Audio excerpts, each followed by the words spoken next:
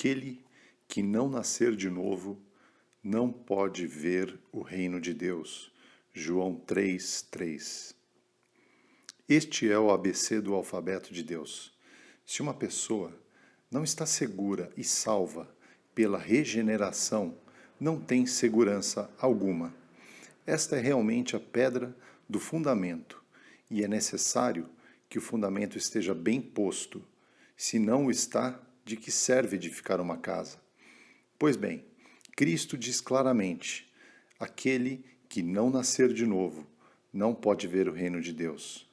Mas, se bem que a regeneração ou novo nascimento é algo que é ensinado de modo tão claro no 3º capítulo de João, não creio que haja uma verdade em toda a Bíblia que se ache envolta por maior escuridão do que esta. São muitos os que se enganam na sua escuridão e creem ver homens e são árvores, ou vice-versa. Muitos cristãos não veem as coisas claras com respeito ao novo nascimento. Nesta mesma tarde, eu estava numa sala de interessados e veio uma pessoa a quem me disse: "Você é cristã?" Respondeu-me: "Naturalmente, por quê?" "Bom", disse-lhe, "há quanto tempo você é?" "Olha, eu nasci cristã." Se é assim, não posso senão felicitá-la. Você é a primeira mulher a quem conheci que nasceu cristã. Você é mais afortunada do que as outras pessoas. As outras pessoas nascem filhos de Adão. Ela vacilou um pouco e logo procurou explicar que tinha nascido na Inglaterra, pelo que era cristã. Há muitos que têm essa ideia. Como nasceram num país cristão, nasceram já do Espírito. Mas neste 3º capítulo de João é apresentado o novo nascimento de modo tão claro que, se alguém o ler cuidadosamente e em oração, tem de abrir os olhos logo. O que é nascido da carne é carne, permanece sendo carne, e o que é nascido do Espírito é Espírito, permanece Espírito. Assim, quando o homem é nascido de Deus, tem a natureza de Deus. Quando o homem nasce de seus pais, recebe a natureza deles, e eles receberam a natureza dos pais deles, e é fácil segui-la assim até Adão. Mas, quando um homem nasce de Deus, nasce de cima, ou seja, nasce do Espírito. Esta é a forma como o Espírito Santo diz neste 3º versículo: recebe a natureza de Deus e então troca a vida da carne pela vida do Espírito. Antes de prosseguir, queria dizer uma coisa. O que não é nascido do Espírito? Muitos creem que nasceram de novo porque vão à igreja. Muitos dizem: sim, sou cristão, vou à igreja em cada domingo. Permitam-me que lhes diga que, se há algum que vai à igreja com toda regularidade em Londres, é Satã. Está sempre ali, antes do pregador, e é o último a sair da igreja. Não há uma só igreja em Londres ou uma capela a qual não assista com regularidade. A ideia comum de que ele está só nos bairros pobres cheios de vício de Londres é uma ideia falsa. Está em qualquer lugar onde se prega a palavra. Isto é, a ele isto interessa-lhe muito, é o centro da sua ocupação, o seu negócio, arrebatar a semente semeada. Está aqui esta noite. Alguns dos presentes é possível que durmam, mas ele não. Alguns é possível que não escutem o sermão, mas ele vai escutá-lo. Estará observando e, quando vê que a semente vai entrar em algum coração, irá até o ponto de arrebatá-la. Outros dizem: eu sou cristão, claro, porque fui batizado. Bem, quero dizer aqui que o batismo é uma coisa e o ter nascido de novo outra. Pelo fato de que uma pessoa foi batizada, não se pode dizer que tenha nascido de novo. Quer chamar isto de novo nascimento? Não se pode batizar um homem no reino de Deus. Lembre-se disso. Se eu pudesse salvar os homens batizando-os, eu não estaria aqui pregando. Tudo o que precisaria seria batizar as pessoas com um pouco de água, e isso seria muito rápido. Não haveria necessidade de orar, nem de suplicar aos homens que fujam da ira de Deus. Mas não se pode conseguir que alguém entre no reino de Deus por meio do batismo. O batismo está bem no seu lugar. Não estou agora pregando contra os regulamentos da igreja. Eu estou falando do novo nascimento. E há muitas pessoas, creio eu, que estão enganadas a esse respeito. E porque foram batizadas em algum período da sua vida, creem que isto os fez cristãos. Isto não é o novo nascimento. Isto não é ter nascido de cima e do Espírito. Que Satã não vos engane, amigos, sobre este ponto, porque é uma verdade muito importante e queremos que todo mundo aqui a entenda e esperamos que o Espírito de Deus deixará clara a diferença entre o batismo e a regeneração, ou seja, o ter nascido do Espírito. Há outra classe de pessoas que dizem: ó sim, fiz-me cristão quando entrei para formar parte da igreja. Isto não é nascer de novo. O que tem a ver o novo nascimento com ter passado a ser membro de uma igreja na Terra? Há muitíssimas pessoas que pertencem a igrejas e não têm a esperança da vida eterna. Um dos 12, escolhido por Cristo, preferiu, em vez de o seguir, ser um hipócrita e um traidor. Não era leal a Cristo no seu coração. Amigos, não albergueis esperança alguma do céu à base de alguma profissão de fé, mas pensem se têm nascido de novo. Agora, deixe-me fazer uma pausa por um momento e faça a cada um a si mesmo esta pergunta: já nasci de novo? É a pergunta mais solene que jamais vos farei a vós mesmos aqui embaixo. Já nasci de novo? Já nasci do Espírito? Não se trata de fazer nenhuma nova resolução. Vocês já fizeram muitas. Muitos dizem: procurarei fazer o melhor que puder e creio que tudo vai sair bem. O que isso tem a ver com o novo nascimento e a nova criação? Deus não promete a salvação àquele que faz boas resoluções, mas àquele que crê e nasceu do Espírito, porque aquele que não nascer de novo não pode ver o reino de Deus. Bem, eu creio que este novo nascimento é instantâneo. Tenho visto muitas pessoas que não podem dizer o dia ou a hora de sua conversão, mas tem de haver um momento em que passaram da morte para a vida, em que nasceram do Espírito. Tem que haver um momento em que seus nomes foram escritos no livro da vida. É possível que não recordem o dia, a hora, a semana, o mês ou o ano, mas, amigos, peço que estejam seguros de que nasceram do Espírito. Não se enganem a respeito dessa verdade, porque Cristo mesmo diz: aquele que não nascer de novo não pode ver o reino de Deus. Como disse anteriormente, quando nasci de meus pais terrestres, recebi a sua natureza na carne. Não posso servir a Deus na carne. Deus é Espírito e importa que os que o adorem em espírito e em verdade.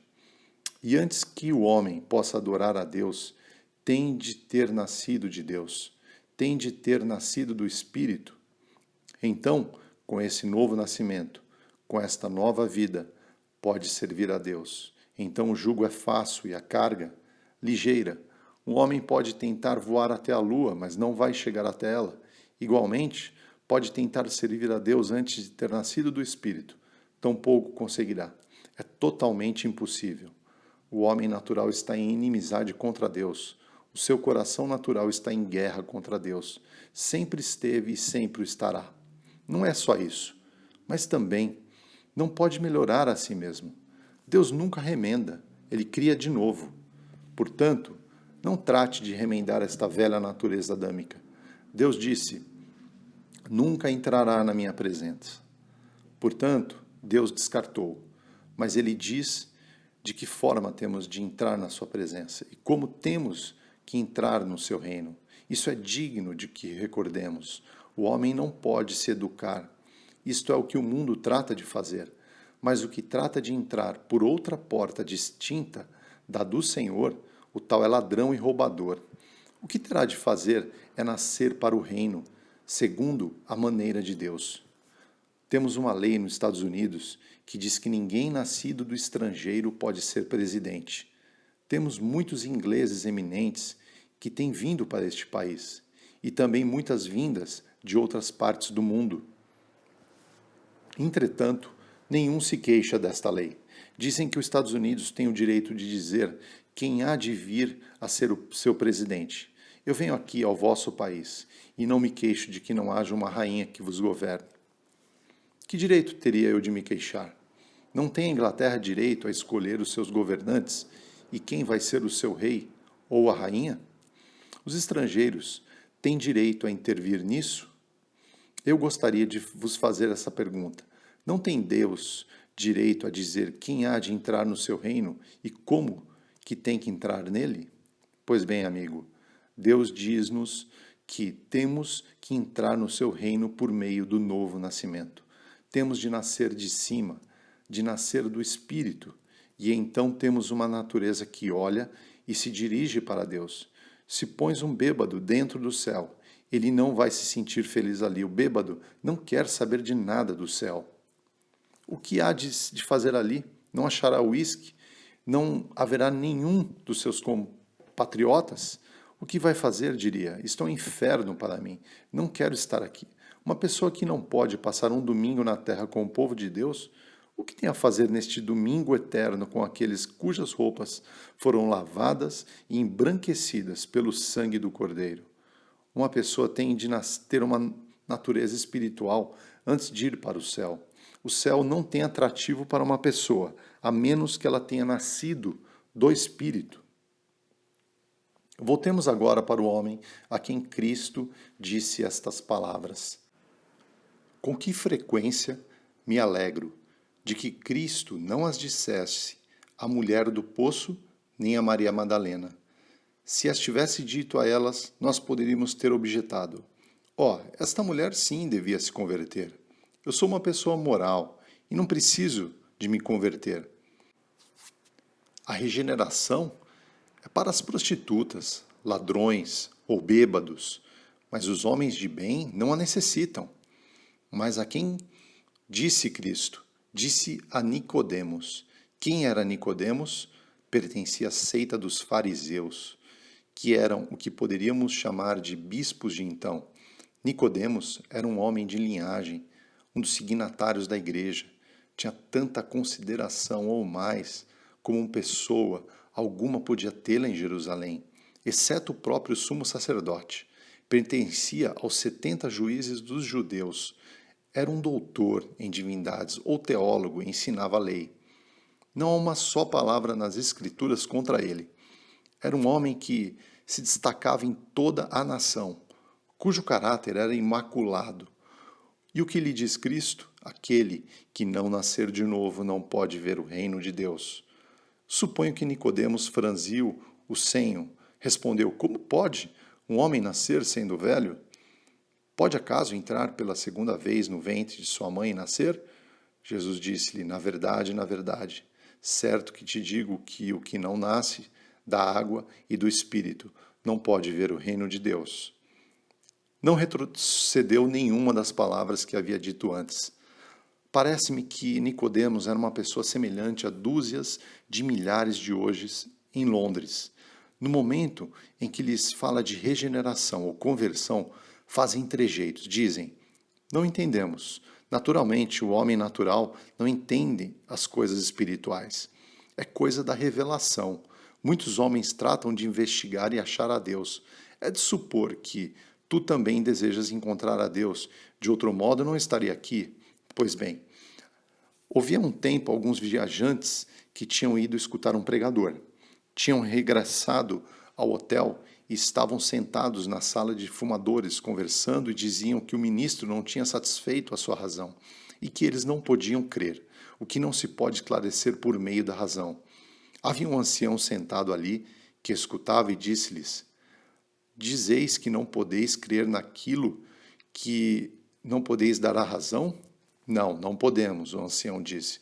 Quando vinha no comboio, ontem, notei algumas ovelhas, vacas, porcos e patos que estavam comendo erva.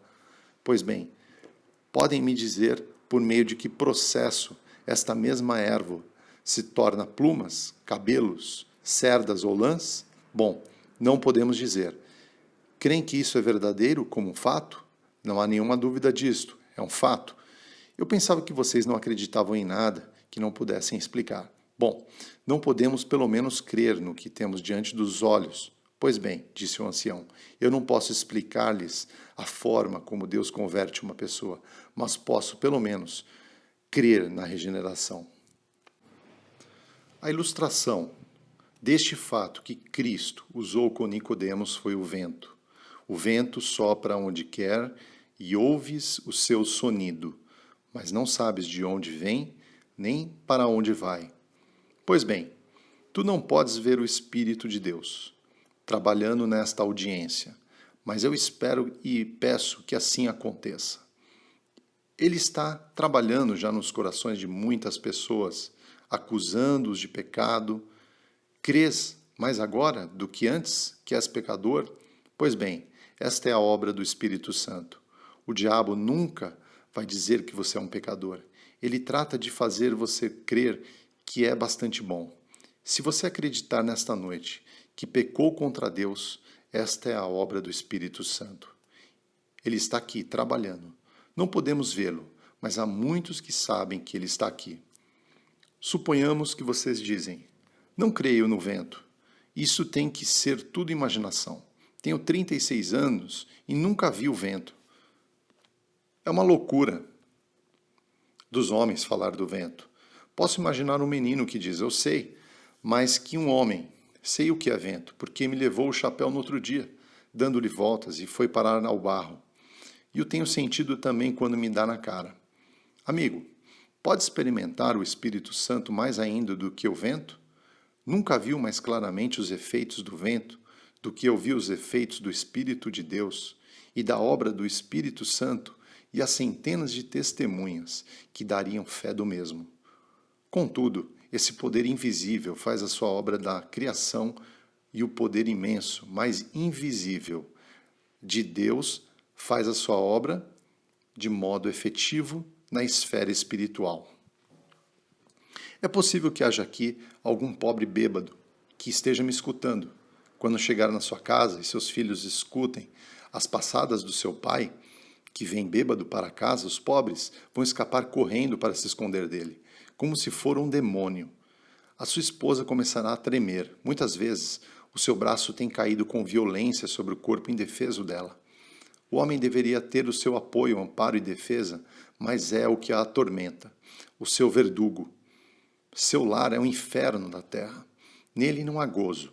Pode haver alguém nessas condições aqui esta noite, que ouça as boas palavras, de que pode nascer de novo e receber a natureza do céu e o Espírito de Deus. Deus pode dar-lhe poder para lançar o copo infernal para longe de si. Deus vai lhe dar graça para calcar com os pés Satã e o bêbado passará a ser um homem sóbrio. Vai a esta casa 3 meses depois e acha-la-ás limpa e acolhedora. Quando te aproxima desta casa, ouves que estão cantando, não as canções dos bêbados, mas tudo é novo agora. O homem nasceu de Deus e canta um dos cantos de Sião. Rocha da eternidade, foi ferida tu por mim. Deixa-me esconder em ti. Ou, talvez ele esteja cantando o velho hino que sua mãe lhe ensinou quando era um menino pequeno. Há uma fonte cheia de sangue, tirada das veias de Emanuel. Os pecadores imersos nela são lavados de todas as suas culpas. O homem tornou-se um filho de Deus, um herdeiro do céu. Seus filhos ficam sobre os seus joelhos, e ele tem os seus braços ao redor do pescoço deles. Aquela casa sombria transformou-se numa pequena Betel na terra. Deus habita agora nela. Sim, Deus tem feito tudo isso, e isso é a regeneração. Logo outros têm estado dizendo, desejaríamos que o Senhor mude e nos dissesse como temos que chegar a ser cristãos. Porque sempre está pregando que não podemos ser cristãos pelo fato de tentarmos ser bons e fazermos novas resoluções. Muitas vezes estivestes numa reunião como esta e decidistes voltar à folha e haveis feito uma nova resolução. Se a fazem e desquebrantá-la, o que é que você tem que fazer? Se é um novo nascimento, o que vocês precisam? Vocês não podem criar uma nova vida. Vocês podem dar a vida a um morto? Toda pessoa sensata em Londres dirá que não. Deus é o autor da vida, e se tiverem o novo nascimento, tem que ter devido à obra de Deus. Quando os cantores do jubileu se achavam no norte da Inglaterra, a minha família foi vê-los, e o meu filho perguntou-me por que não tiravam a cor negra das suas caras. Disse-lhes que era porque tinham nascido negros. O etíope não pode mudar a sua pele, nem o leopardo as suas manchas, tampouco. Tu podes salvar-te assim mesmo? Há um homem moribundo. Você pode injetar nova vida? Ou pode ressuscitar um cadáver dizendo, jovem, levanta-te? Esta é a obra de Deus. A tua alma está morta em delitos e pecados, e só o Senhor Jesus pode dar vida com a sua palavra. É possível que perguntes, e eu não tenho que fazer nada? Pois não tem que fazer nada. A salvação foi realizada por outros. Muitos percorrem o mundo em busca de honras ou possessões. A salvação vale 1000 vezes mais do que todas as coisas que o homem possa oferecer nessa terra. Mas ela não se consegue dessa maneira. Deus só tem um preço para a salvação. Quer saber qual é? É sem dinheiro e sem preço. Holland Hill disse que a maioria dos leiloeiros sabe que é difícil conseguir que as pessoas solicitem até chegar ao preço que ele deseja. Mas ele tinha dificuldades para conseguir que as pessoas quisessem baixar até ao seu. O pagamento do pecado é a morte, mas o dom de Deus é a vida eterna. Quem a deseja agora? Digo-te, jovem, tens este dom?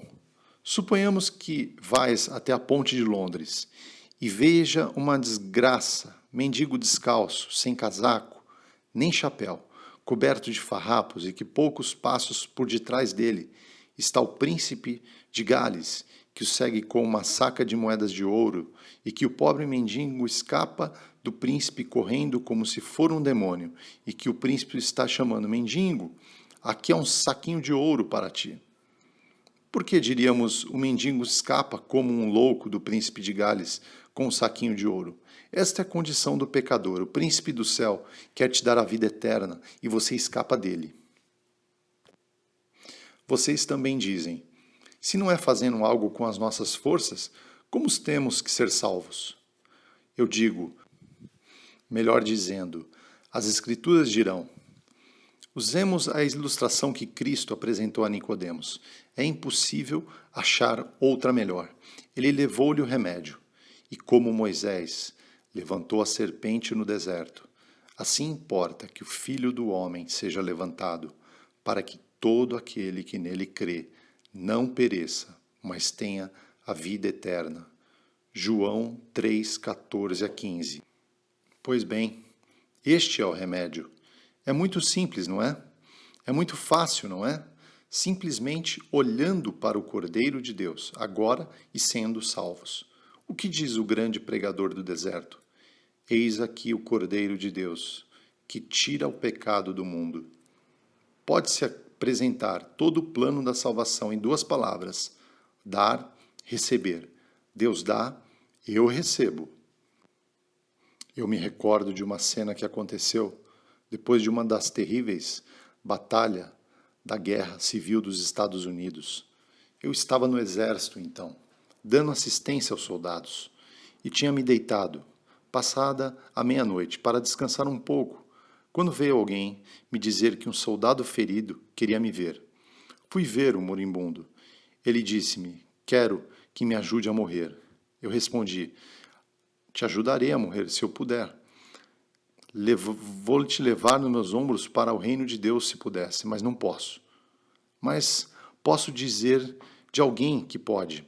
E falei de Jesus, que estava disposto a salvá-lo e que Cristo tinha deixado o céu e tinha vindo ao mundo para buscar e salvar aos que estavam perdidos. Citei-lhe a promessa atrás de promessa, mas o homem permanecia na escuridão e parecia que as sombras da morte eterna circundavam a sua alma. Não podia deixá-lo. E por fim, pensei no 3º capítulo de João e eu lhe disse, olha, eu vou ler agora uma conversa que Cristo teve com um homem que tinha ido a ele, no seu estado de ânimo, para inquirir sobre o que tinha de fazer para ser salvo. Li esta conversa ao moribundo, e ele estava deitado, com os olhos cravados sobre mim, e cada palavra parecia entrar no seu coração que estava aberto para receber a verdade. Quando cheguei ao versículo que diz: "E como Moisés levantou a serpente no deserto, assim importa que o Filho do Homem seja levantado, para que todo aquele que nele crê não pereça, mas tenha a vida eterna." O moribundo exclamou: "Pare! Está isso escrito aí?" "Sim, está." Então disse-me: "Leia-me isso outra vez." Li pela segunda vez. O moribundo juntou as mãos e disse: "Bendito seja Deus por isso." "Por que não lê isso de novo?" Li todo o capítulo, mas antes de ter terminado, ele já tinha fechado os olhos. Parecia ter perdido todo o interesse no resto do capítulo. E quando terminei, tinha os braços dobrados sobre o peito, com um doce sorriso na cara. Todo o desespero e remorso tinham desaparecido. Tremiam-lhe os lábios, e ao inclinar-me sobre ele, ouvi que sussurrava fracamente: "E como Moisés levantou a serpente no deserto, assim importa que o Filho do Homem seja levantado, para que todo aquele que nele crê não pereça, mas tenha a vida eterna." Abri os olhos e fixou com calma, a calma da morte, sobre mim e disse-me: "Me basta, é tudo o que eu quero." E ao cabo de poucas horas, apoiada a cabeça sobre a verdade desses 2 versículos, empreendeu a marcha num dos carros do Salvador para ocupar seu lugar no reino de Deus. Ó pecador, você pode ser salvo agora se quiser. Olha e vive, que Deus ajude a cada um aqui a olhar para o Cordeiro de Deus que tira o pecado do mundo.